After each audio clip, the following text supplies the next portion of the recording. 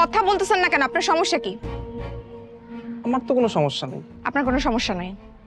আপনি রাকিবকে মারছেন কেন? ও ওই যে কালকে আপনারা যে হাগ সরি, হাগ না মানে যে কথা বলতেছিলেন, ওর কথা বলতেছেন? আপনি ওর গায়ে হাত তুলছেন কেন? আচ্ছা ম্যাডাম, আমি আপনাকে বুঝাই বলি, আপনি খামাখা রাগ করতেছেন, আপনি একটু কুল হন।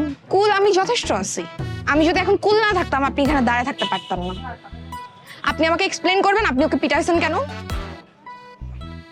আসলে হয়েছে কি, আমি আপনাকে বলি, আমি ওই দিক দিয়ে যেতেছিলাম, এর মধ্যে আমি আপনাদেরকে দেখলাম, আপনি ওর সাথে কথা বলতেছিলেন, ও আপনার সাথে কথা বলতেছিল, আপনারা কথা বলতেছিলেন, মানে মানে আমি কারোর সাথে কথা বলতে পারবো না। আমি না জাস্ট আপনার সমস্যাটা বুঝলাম না। আমি যদি কারোর সাথে একটু নাইস হয়ে হেসে হেসে কথা বলি তাকেই আপনি ধরে নিয়ে যে পিটাবেন? আপনি তো সবকিছু আপনি নিজের মতো করে নিছেন। এরকম নাকি ব্যাপারটা?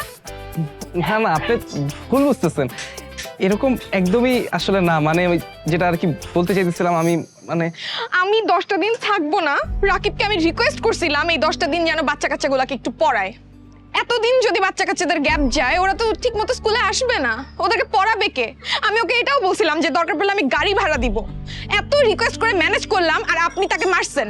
মেরে আপনি এটাও বলছেন এলাকায় যেন সে ঢুকতে না পারে। আপনি কি করছেন আপনি একটু বলবেন? ওদেরকে এখন কে পড়াবে?